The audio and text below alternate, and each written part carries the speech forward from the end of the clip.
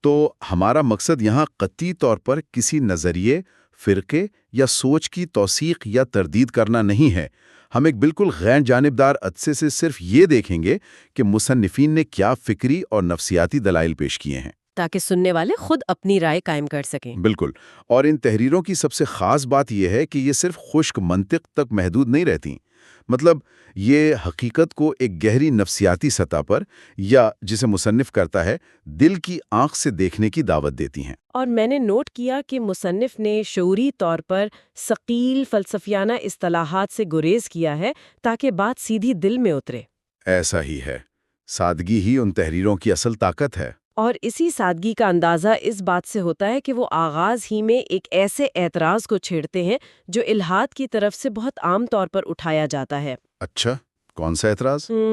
ان تحریروں کے مطابق بعض ملحدین یہ دعویٰ کرتے ہیں کہ اسلام کی آمد سے پہلے عرب میں قیس نامی ایک شاعر گزرا ہے۔ جی، قیس کا ذکر اکثر آتا ہے ان بحثوں میں۔ بالکل، تو دعویٰ یہ ہے کہ قیس کے کلام میں ہو بہو کچھ ایسے الفاظ اور فکرے موجود تھے جو بعد میں قرآن مجید میں بھی نظر آئے۔ اور اس ظاہری مماثلت کو بنیاد بنا کر وہ یہ تاثر دینے کی کوشش کرتے ہیں کہ شاید قرآنی متن پہلے سے موجود عربی شاعری سے ہی اخذ کیا گیا ہے، یعنی وہ اسے ایک لسانی کمال تو مانتے ہیں لیکن الہامی ماننے سے انکار کرتے ہیں۔ دیکھیں، یہ تاریخ کا ایک بہت ہی کلاسک جوابی بیانیہ ہے، لیکن جس طرح ان تحریروں میں اس کا تجزیہ کیا گیا ہے نا، وہ بہت منطقی ہے۔ وہ کیسے؟ ذرا تفصیل سے بتائیں۔ مصنف واضح کرتے ہیں کہ عربی ایک انتہائی وسیع، قدیم اور اپنے اندر حیرت انگیز گہرائی رکھنے والی زبان ہے۔ زبان کے الفاظ کسی ایک فرد، قبیلے یا شاعر کی ذاتی ملکیت تو نہیں ہوتے نا؟ بالکل نہیں، وہ تو سب کے ہوتے ہیں۔ جی، وہ اس پورے معاشرے کے اجتماعی شعور کا حصہ ہوتے ہیں۔ ظاہر ہے، جو کلام اس معاشرے میں پیش کیا جائے گا اس میں وہی الفاظ استعمال ہوں گے جو وہاں بولے جاتے تھے۔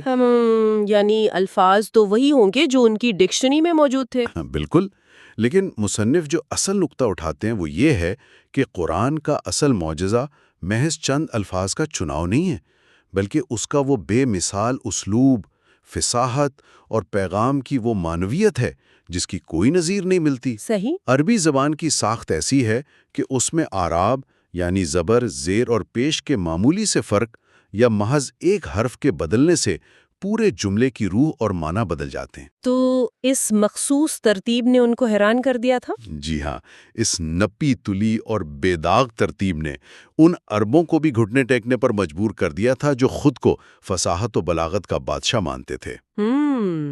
چلیں اس بات کی تہہ تک پہنچتے ہیں۔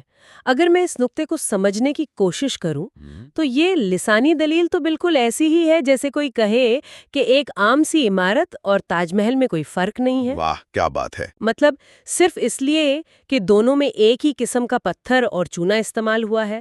بھائی الفاظ یا اینٹیں تو وہی ہوں گی جو اس خطے میں دستیاب ہیں۔ بالکل درست تشبیہ دی ہے آپ نے۔ اینٹیں تو وہی ہوں گی، لیکن اصل کمال تو ان اینٹوں میں نہیں بلکہ اس نقشے اور اس معمار میں ہے جس نے ان عام سی چیزوں کو جوڑ کر ایک ایسا شاہکار کھڑا کر دیا جو انسانی عقل کو دنگ کر دے۔ 100% ایسا ہی ہے۔ یعنی محض قیس کے اشعار میں کچھ عربی الفاظ کی موجودگی اس بات کی دلیل ہرگز نہیں ہو سکتی کہ قرآنی ترتیب اور اس کے اندر چھپی ہوئی کائناتی حقیقتیں کوئی انسانی تخلیق ہے۔ یہ تو بہت مضبوط دلیل ہے، اور تاریخ بھی اس بات کی گواہی دیتی ہے۔ مصنف بتاتے ہیں کہ جزیرہ نما عرب میں اس الہامی کلام کے نزول سے قبل کوئی بہت بڑی علمی یا فکری تحریک موجود نہیں تھی۔ اچھا، کیا واقعی؟ جی، وہ تاریخ کا حوالہ دیتے ہوئے بتاتے ہیں کہ رسول اللہ صلی اللہ علیہ وسلم کی ولادت کے سال اگر کوئی سب سے نمایاں واقعہ تاریخ میں درج ہے تو وہ عام الفیل کا ہے۔ عام الفیل یعنی وہ سال جب ابرہہ نے ہاتھیوں کے لشکر کے ساتھ کعبہ پر حملہ کیا تھا۔ بالکل وہی سال، اور ابابیل کے ذریعے وہ لشکر تباہ ہوا۔ اس واقعے میں حضرت عبد المطلب کی اس دعا کا ذکر ملتا ہے جو انہوں نے کعبے کی حفاظت کے لیے کی تھی۔ یہ واقعہ تو بہت مشہور ہے۔ لیکن سوچنے کی بات یہ ہے کہ اس مخصوص واقعے کے علاوہ اس پورے خطے میں علم، سائنس یا عالمی فلسفے کے حوالے سے مکمل خاموشی تھی۔ اچھا، کوئی اور بڑی علمی پیش رفت نہیں تھی وہاں؟ نہیں تھی۔ یہ اسی الہامی کلام کا اثر تھا کہ نزول قرآن کے بعد اسی صحرا سے الخوارزمی، ابن سینا اور ابن خلدون جیسے وہ مفکرین اور سائنسدان پیدا ہوئے جنہوں نے پوری دنیا کے علمی دھارے کا رخ ہی موڑ دیا۔ یہ بات واقعی سوچنے پر مجبور کرتی ہے کہ اچانک ایسا کیا بدلا۔ لیکن مصنف کی تحریروں میں صرف نبیوں کا ذکر نہیں ہے نا؟ نہیں، ان اچھے انسانوں کا بھی ذکر ہے جو تاریخ میں ہمیشہ سے موجود رہے ہیں۔ جی، جیسے حاتم طائی کا ذکر آتا ہے جو اسلام سے پہلے بھی اپنی سخاوت کے لیے مشہور تھا، یا حضرت موسیٰ علیہ السلام کے دور میں حضرت خضر کا واقعہ، بالکل، جو ایک صاحب علم شخصیت تھے۔ اور پھر اسلام کے ابتدائی دور میں حضرت ابوبکر اور حضرت علی جیسی عظیم ہستیوں کا کردار۔ تو ایک عام انسان یہ سوال کر سکتا ہے کہ جب دنیا میں اچھے اور باکردار لوگ پہلے سے موجود تھے تو پھر ایک نبی کے تصور کی کیا ضرورت تھی؟ یہی وہ مقام ہے جہاں مصنف ایک انتہائی باریک لیکن اہم فرق واضح کرتے ہیں۔ وہ کیا؟ وہ بتاتے ہیں کہ ایک انتہائی نیک انسان، ایک بے مثال سخی یا ایک کمال کے مفکر ہونے میں اور ایک نبی ہونے میں زمین اور آسمان کا فاصلہ ہے۔ زمین اور آسمان کا فاصلہ؟ جی، اور وہ فاصلہ وحی کی بنیاد پر طے ہوتا ہے۔ وہی؟ دیکھیں نا، ایک عام انسان کا کمال اس کی اپنی ذات، اس کے مشاہدے یا اس کی فطری نیکی تک محدود ہوتا ہے، لیکن نبی کا مقام اس لیے الگ ہے کیونکہ اس کا رابطہ براہ راست ایک غیر مرئی کائناتی طاقت یعنی وحی الہی سے جڑا ہوتا ہے۔ یعنی وہ سورس ہی مختلف ہے۔ بالکل، کتابوں میں 1,24,000 انبیاء کی جو روایت ملتی ہے، جس میں حضرت آدم، نوح، ابراہیم، موسیٰ اور عیسیٰ علیہ السلام شامل ہیں، وہ دراصل اسی بات کا تسلسل ہے کہ خالق نے انسانیت کو صرف انسان کی اپنی محدود عقل کے سہارے نہیں چھوڑا۔ جی، بلکہ ہر دور میں ایک الہامی رہنمائی کا سلسلہ قائم رکھا۔ یہاں بات واقعی بہت دلچسپ ہو جاتی ہے، کیونکہ اگر یہ تاریخی حقائق اتنے ہی واضح ہیں، اگر وہ الہامی ترتیب عقل کو اتنی ہی حیران کر دینے والی ہے، تو پھر انسان خدا کا انکار کیوں کرتا ہے؟ یہ وہ سوال ہے جو انسان کو اندر سے کھوکھلا کر دیتا ہے۔ جی، اور تحریریں جب ظاہری دلائل سے نکل کر انسان کے اندرونی نفسیاتی سفر کی طرف جاتی ہیں تو یہ دیکھنا بہت اہم ہے کہ مصنف الحاد کو محض ایک فکری انتخاب نہیں سمجھتے۔ بالکل نہیں، وہ اسے بہت گہرا نفسیاتی مسئلہ سمجھتے ہیں۔ وہ کہتے ہیں کہ جب انسان کے ذہن میں پہلی بار یہ سوال کل بلاتا ہے کہ خدا ہے یا نہیں، تو دراصل اسی لمحہ اس کی معصومیت چھن جاتی ہے۔ اور پھر یہ وہ بوجھ ہے جسے وہ انسان عمر بھر اٹھاتا ہے۔ مصنف کے مطابق یہ کشمکش انسان کے لیے کوئی نئی بات تھوڑی ہے۔ ہاں، تاریخ تو بھری پڑی ہے اس سے۔ جی، تخلیق آدم کے وقت شیطان کے انکار سے لے کر حابیل اور قابیل کے واقعے تک، اور پھر قوم نوح، عاد اور سمود کی تباہی سے گزرتے ہوئے فرعون، نمرود اور قارون جیسی ہستیوں کے تکبر تک، انکار کی ایک بہت طویل تاریخ موجود ہے۔ بالکل۔ اور مصنف کا ایک محتاط اندازہ ہے کہ انسانی تاریخ میں شاید بمشکل 5% کے قریب لوگ ایسے ہوں گے جو مکمل کفر اور سرکشی کی حالت میں ہلاک ہوئے۔ صرف 5%؟ واہ! جی، لیکن وہ ان ملحدین کے سامنے ایک بہت گہرا نفسیاتی سوال بلکہ ایک چیلنج رکھتے ہیں۔ ہاں، اور وہ چیلنج واقعی لاجواب کر دینے والا ہے۔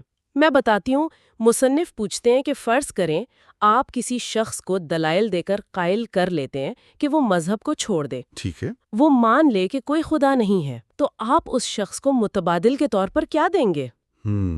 بہت گہرا سوال ہے۔ کیونکہ دیکھیں نا، انسان تو فطرتاً ایک کمزور اور خوفزدہ مخلوق ہے۔ جی، اسے اندھیرے سے ڈر لگتا ہے، اسے بیماری سے، عدم تحفظ سے، اور سب سے بڑھ کر موت سے خوف آتا ہے۔ بالکل، موت کا خوف سب سے بڑا ہے۔ مذہب تو اسے یہ دلاسا دیتا ہے کہ کوئی بڑی طاقت اس کی محافظ ہے، کوئی آخرت ہے جہاں انصاف ہوگا۔ لیکن الحاد اس کی اس اندرونی ٹوٹ پھوٹ، اس ڈر اور اس نا امیدی کا کیا حل پیش کرے گا؟ کچھ بھی نہیں، اور میرا خیال ہے کہ مصنف اس نفسیاتی کمزوری کو ثابت کرنے کے لیے اس ٹی وی مباحثے کی طرف جاتے ہیں۔ ہاں، وہ جو 22 دسمبر 2025 کو ہوا تھا؟ جی ہاں، بالکل وہی، جاوید اختر اور مفتی شمائل ندوی کے درمیان ہونے والا مباحثہ۔ تو اس مباحثے میں ایسا کیا خاص تھا؟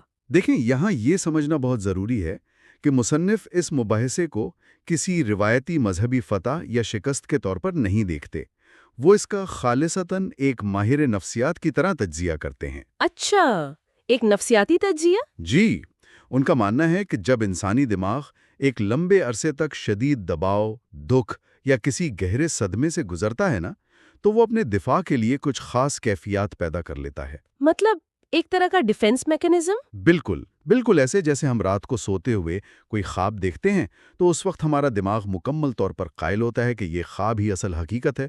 ہم ڈرتے ہیں، بھاگتے ہیں، روتے ہیں، لیکن آنکھ کھلتے ہی وہ حقیقت غائب ہو جاتی ہے۔ ایسا ہی ہے۔ تو مصنف کا تجزیہ یہ ہے کہ جاوید اختر صاحب کی زندگی کے پرانے دکھ، ان کے بچپن اور جوانی کی تلخیاں شاید ان کے لاشعور میں اتنی گہرائی تک اتر چکی ہیں کہ ان کے دماغ نے ایک دفاعی خول بنا لیا ہے۔ جی ہاں، مطلب آپ کے کہنے کا مقصد یہ ہے کہ مصنف کی نظر میں ان کا الحاد کوئی ٹھنڈے دماغ سے کیا گیا عقلی یا سائنسی فیصلہ نہیں ہے؟ بالکل نہیں۔ مصنف کے نزدیک یہ ایک جذباتی اور نفسیاتی رد عمل ہے۔ یعنی جیسے کسی شخص کو زندگی میں اتنی تکلیفیں ملی ہوں کہ وہ خود کو مزید تکلیف سے بچانے کے لیے اس طاقت کے وجود سے ہی انکار کر دے جس سے وہ شکوہ کر سکتا تھا۔ آپ نے بالکل صحیح پکڑا ہے۔ مصنف کی تحریروں کا لب لباب یہی ہے۔ وہ کہتے ہیں کہ یہ ایک قسم کی لاشعوری الجھن ہے۔ وہ یہاں تک دعویٰ کرتے ہیں کہ بعض اوقات بڑے ناموں کی طرف سے خدا کا انکار محض ایک شہرت کی خواہش بھی ہو سکتی ہے، یا پھر بعض ہندو فلاسفرز اور مخصوص دانشور حلقوں کو خوش کرنے کی ایک شعوری کوشش۔ لیکن اس کی اصل جڑ تو وہی اندرونی بے چینی ہوئی نا؟ جی، اصل جڑ وہی بے چینی ہے۔ یعنی جب انسان کو اپنے سوالوں کے جواب آسانی سے نہیں ملتے یا اس کی توقعات ٹوٹتی ہیں تو وہ بغاوت کا راستہ اختیار کر لیتا ہے۔ لیکن کیا یہ بغاوت اسے سکون دیتی ہے؟ مصنف یہاں صرف نظریاتی بحث نہیں کر رہا، وہ ملحد کی نفسیات کا ایکس رے کر رہا ہے۔ بالکل، اور اسی مقام پر مصنف ایک انتہائی شاندار اور دل چیر دینے والی مثال پیش کرتے ہیں۔ وہ کستوری کے ہرن کا ذکر کرتے ہیں۔ اوہ، یہ مشک کستوری والی مثال، یہ تو اس پورے مطالبے کا سب سے طاقتور اور میرا پسندیدہ حصہ ہے۔ واقعی؟ جی بالکل۔ مصنف بتاتے ہیں کہ ایک خاص قسم کا ہرن نما جانور ہوتا ہے جس کی ناف کے قریب سال میں ایک بار ایک مخصوص مادہ رستا ہے جسے مشک کستوری کہتے ہیں۔ اس مادے سے ایک ایسی محصور کن اور دیوانہ کر دینے والی خوشبو اٹھتی ہے کہ وہ جانور بھونکلا جاتا ہے۔ اسے لگتا ہے کہ یہ خوشبو باہر کائنات میں کسی بہت ہی خاص مقام سے آ رہی ہے اور وہ اسے ڈھونڈنے کے لیے دوڑ پڑتا ہے۔ اور اس کی دوڑ کی کیفیت دیکھیے سننے والوں کے لیے۔ وہ صحراؤں میں، جنگلوں میں اور پہاڑوں کی چوٹیوں پر اس خوشبو کو تلاش کرتا ہے۔ دیوانہ وار بھاگتا ہے۔ جی، اور جتنا وہ تیز بھاگتا ہے نا، اس کے جسم کی حرارت سے وہ مادہ اور زیادہ چھلکتا ہے، خوشبو اور تیز ہو جاتی ہے۔ تو اسے لگتا ہوگا کہ وہ منزل کے اور قریب پہنچ رہا ہے۔ بالکل، وہ سمجھتا ہے کہ بس منزل آ گئی، اس لیے وہ مزید دیوانہ وار بھاگتا ہے، یہاں تک کہ وہ تھکن سے چور ہو کر گر جاتا ہے، یا اپنی اس اندھی دوڑ میں کسی شکاری کے تیر کا نشانہ بن جاتا ہے۔ جی ہاں، وہ مر جاتا ہے، لیکن یہ جان نہیں پاتا کہ جس خوشبو کی تلاش میں اس نے پوری دنیا چھان ماری اور اپنی جان دے دی، وہ تو اس کے اپنے اندر سے آ رہی تھی۔ وہ اس کے اپنے اندر تھی۔ یہ تشبیہ سن کر انسان حقیقتاً سناٹے میں آ جاتا ہے۔ اگر ہم اسے آج کے انسان سے جوڑیں تو ایک ملحد بھی اسی ہرن کی طرح ہی تو ہے۔ 100% اسی طرح۔ وہ سچائی، سکون اور کائنات کے خالق کو مادی دنیا میں ڈھونڈ رہا ہے، لیبارٹریوں کے خوردبینوں میں، خلا کی وسعتوں میں اور خشک منطق کی بھول بھلیوں میں۔ جی، باہر کی دنیا میں۔ اور وہ جتنا باہر تلاش کرتا ہے اتنا ہی الجھتا اور تھکتا چلا جاتا ہے۔ وہ اس مادی دوڑ میں ہلکان ہو رہا ہے اور شاید اسی ہرن کی طرح بالآخر موت کے منہ میں چلا جائے گا۔ لیکن پتہ ہے اس کی اصل خرابی کیا ہے؟ کیا؟ اس کی اصل خرابی یہ نہیں کہ وہ ڈھونڈ رہا ہے، خرابی یہ ہے کہ وہ غلط سمت میں ڈھونڈ رہا ہے۔ تو سمت درست کیسے کی جائے؟ سمت درست کرنے کے لیے ہی مصنف ایک بہت مشہور حدیث قدسی کا حوالہ دیتے ہیں۔ وہ حدیث ہے، من عرف نفسا فقد عرف ربا۔ یعنی جس نے اپنے نفس کو، اپنے اندر کی اس حقیقت کو پہچان لیا، اس نے اپنے رب کو پہچان لیا۔ بالکل، یہ سفر کائنات کو فتح کرنے کا نہیں ہے، بلکہ اپنے باطن میں غوطہ لگانے کا سفر ہے، اور اس سفر میں انسان کی عقل اکیلی کچھ نہیں کر سکتی۔ تو پھر کس چیز کی ضرورت ہوتی ہے؟ مصنف زور دیتے ہیں کہ انسان کو ایک مرشد یا ایک کامل استاد کی ضرورت ہوتی ہے۔ استاد کا کام یہ نہیں کہ وہ انسان کو اندھا بنا دے، صحیح۔ بلکہ اس کا کام یہ بتانا ہے کہ اے انسان، جس کستوری کے پیچھے تو خار ہو رہا ہے، اس کا سرا تو تیرے اپنے وجود کے اندر رکھا ہوا ہے۔ تو کیا اس منبع کا مطلب، اس پورے مطالعے کا مطلب یہ ہے کہ الحاد اور تشکیک کوئی مکمل تاریکی نہیں ہے؟ آپ کا کیا خیال ہے؟ مطلب کیا ہم یہ کہہ سکتے ہیں کہ الحاد دراصل سچائی کی تلاش ہی کا ایک بھٹکا ہوا راستہ ہے، وہ جسے ان تحریروں میں ایک جگہ پاک ہرس کہا گیا ہے؟ پاک ہرس، جی ہاں۔ یعنی ایک ایسی ہرس یا تڑپ جو ہم آسمانی دنیا سے اپنے اندر لے کر اس دنیا میں آئے تھے، جی، لیکن اس مادی دنیا کی چوکاچوند میں آ کر ہم اس پاک ہرس کو مال و دولت، شہرت اور منطق کی ہرس میں بدل بیٹھتے ہیں۔ بہت زبردست بات کی آپ نے۔ تو کیا جو ملحد پوری شدت سے خدا کا انکار کر رہا ہے، وہ دراصل اتنی ہی شدت سے یہ چاہ رہا ہے کہ اسے خدا کے ہونے کا کوئی ایسا ثبوت مل جائے جو اس کی بے چین روح کو تسکین دے سکے؟ آپ نے اس پوری پیچیدہ نفسیات کا نچوڑ نکال لیا، واقعی۔ تحریروں کے مطابق یہ دراصل اسی طالب مطلوب ہونے کی بے چینی ہے۔ متلاشی ہونے کی بے چینی۔ جی، انسان فطرتاً متلاشی ہے۔ مسئلہ صرف اتنا ہے کہ جب وہ متلاشی باہر کی دنیا میں اپنے سوالوں کے جواب نہ پا کر مایوس ہوتا ہے نا، تو انکار کر دیتا ہے۔ لیکن اگر ہم اس سفر کا دوسرا رخ دیکھیں تو اس سب کا مطلب کیا ہے؟ دوسرا رخ؟ جی، جو اس مطالعے کا سب سے حیران کن اور شاید ایک تضاد، جسے پیراڈاکس کہتے ہیں، وہ پہلو ہے۔ یہ سوال پیدا ہوتا ہے کہ اگر متلاشی اپنے اندر کی کستوری کو پا لے تو کیا ہوتا ہے؟ کیا معاشرہ اسے اتنی آسانی سے قبول کر لیتا ہے؟ یہ واقعی اس بحث کا ایک سنسنی خیز موڑ ہے۔ ان اقتباسات کے مطابق جب ہم تاریخ پر نظر ڈالتے ہیں تو ہمیں پتہ چلتا ہے کہ جن ہستیوں نے اس اندرونی کستوری کو مکمل طور پر پا لیا، معاشرے نے ان کے ساتھ بھی کچھ کم برا سلوک نہیں کیا۔ واہ، مطلب جنہوں نے پا لیا وہ بھی موتوب ٹھہرے؟ بالکل، اور یہ وہ لوگ تھے جو مذہب کی محض ظاہری پرتوں سے نکل کر اس کی اصل گہرائی تک پہنچ گئے تھے۔ تو ہم کن کی بات کر رہے ہیں یہاں؟ جی، ہم صوفیاء کے طبقے کی بات کر رہے ہیں۔ مصنف بتاتے ہیں کہ روحانیت کے سفر کے باقاعدہ مراحل ہیں۔ اچھا، وہ مراحل کیا ہیں؟ سب سے پہلے شریعت، جو ایک ظاہری قانون اور راستہ ہے۔ پھر طریقت، جو اس راستے پر چلتے ہوئے اپنے باطن کی صفائی کی مشق ہے۔ شریعت اور پھر طریقت۔ اس کے بعد حقیقت، جب کائنات کے راز کھلنا شروع ہوتے ہیں۔ اور پھر سب سے اونچا مقام آتا ہے معرفت۔ معرفت یعنی خدا کی مکمل پہچان۔ جی، خدا کی مکمل پہچان اور اس کے عشق میں فنا ہو جانا۔ تاریخ میں کچھ صوفی ایسے گزرے جو اس عشق حقیقی میں اس قدر فنا ہوئے، ان پر ایسی کیفیت طاری ہوئی کہ ان کے اندر سے اپنی میں یعنی ان کی ذات کا احساس ہی ختم ہو گیا۔ یعنی وہ قطرے سے سمندر بن گئے؟ بالکل، قطرہ جب سمندر میں گرتا ہے تو وہ قطرہ نہیں رہتا نا، وہ سمندر کی وسعت کا حصہ بن جاتا ہے۔ صحیح۔ اس کیفیت میں جب منصور حلاج جیسے صوفی کے منہ سے انا الحق یعنی میں حق ہوں کا نعرہ بلند ہوا تو معاشرے کے ظاہری اور فتوی باز طبقے میں بھونچال آ گیا۔ اور ظاہری آنکھ رکھنے والے معاشرے نے اسے کفر سمجھ لیا۔ انہوں نے سمجھا کہ شاید یہ شخص خود کو خدا کہہ رہا ہے۔ جی ہاں، انہیں یہی لگا، اور اس کا انجام کیا ہوا؟ منصور حلاج کو سولی پر چڑھا دیا گیا۔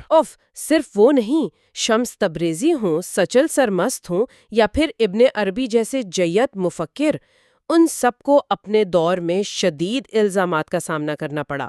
انہیں ملحد، کافر اور مشرک قرار دیا گیا۔ انہیں بھی قید و بند کی صحبتیں دی گئیں۔ بالکل۔ تو یہ تو سب سے بڑی ستم ظریفی ہوئی۔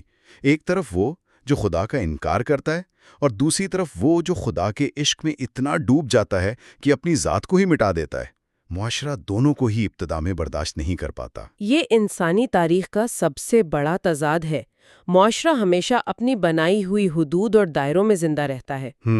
ملحد اس دائرے سے باہر نکل کر مرکز سے بغاوت کرتا ہے، اس لیے معاشرہ اسے خطرہ سمجھتا ہے۔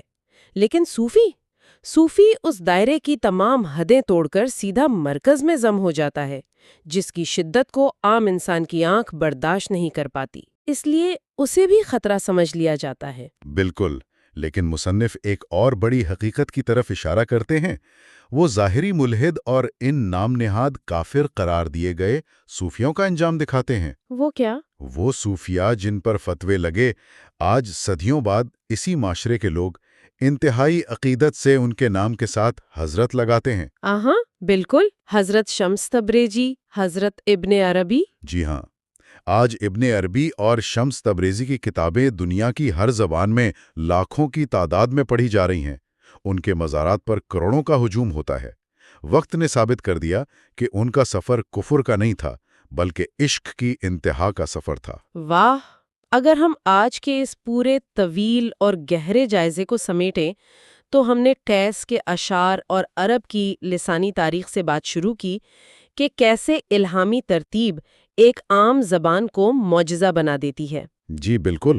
پھر ہم انسانی نفسیات اور صدمات کی اس پیچیدہ کھائی میں اترے جہاں ذہن دفاعی خول میں قید ہو کر الحاد کا راستہ چنتے ہیں۔ پھر ہم نے اس ہرن کو دیکھا جو اپنے اندر کی کستوری کو باہر تلاش کر کے اپنی جان گنوا بیٹھتا ہے، اور آخر میں ہم نے ان صوفیہ کا ذکر کیا جنہوں نے کستوری کو اندر پا لیا تو معاشرے نے انہیں بھی سولی پر لٹکا دیا۔ اور یہ تمام تحریریں ایک ہی بات کی طرف اشارہ کرتی ہیں کہ خدا کی ہستی کا سوال واقعی کوئی لیبارٹری کی تحقیق یا خشک فلسفے کی بحث نہیں ہے۔ بالکل نہیں۔ یہ انسانی شعور، اس کی اندرونی ٹوٹ پھوٹ، اس کے صدمات اور اس تڑپ کا سفر ہے جسے ہم نے پاک حرص کا نام دیا۔ تو سننے والوں کے لیے اس سارے علم کو جاننا اس لیے ضروری ہے کہ اگلی بار جب وہ کوئی الحاد یا عقیدے کی بحث سنیں تو وہ صرف دلائل، غصے اور فتووں تک محدود نہ رہیں۔ بالکل، بلکہ اس بحث کے پیچھے چھپی اس بے بسی کو محسوس کریں۔ جی، وہ اس انسان کے اندر جھانکنے کے قابل ہو جائیں جو دلائل کی آڑ میں دراصل اپنے کسی چھپے ہوئے خوف سے لڑ رہا ہے۔ اور اسی تلاش کی مناسبت سے اس ساری گفتگو پہ بعد ایک ایسا سوال میرے ذہن میں ابھر رہا ہے جو مصنف نے شاید براہ راست تو نہیں کہا، لیکن ان تمام تحریروں کی تہہ میں موجود ہے۔ وہ کون سا سوال ہے؟ ذرا سوچئے، اگر ہمارے اندر پیدا ہونے والے شدید ترین شکوک جو ہمیں خدا کے انکار تک لے جاتے ہیں، اور ہمارے اندر کی وہ گہری ترین عقیدت جو انسان کو فنا فی اللہ کر کے صوفی بنا دیتی ہے، اگر یہ دونوں انتہائیں دراصل ایک ہی پاک حرص کی پیداوار ہیں، اسی ایک اندرونی کستوری کی پیداوار ہے، تو کیا یہ ممکن ہے کہ ایک سرکش ملحد اور ایک مجذوب صوفی کے درمیان اصل فرق صرف اور صرف ایک صحیح رہنما، ایک مرشد کے ملنے یا نہ ملنے کا ہو؟ واقعی یہ تو بہت ہی گہری بات ہے۔ کیا ساری کہانی صرف اتنی ہے کہ ایک نے باہر کستوری ڈھونڈ کر کفر کے صحرا میں جان دے دی اور دوسرے نے اپنے اندر جھانک کر ابدی زندگی پالی؟ اس خیال پر ضرور غور کیجیے گا۔ بالکل، یہ غور طلب بات ہے۔ اس تفصیلی مطالعے میں ہمارا ساتھ دینے کا بے حد شکریہ۔ جلد ہی ایک نئے موضوع اور ایک نئی کھوج کے ساتھ ملتے ہیں۔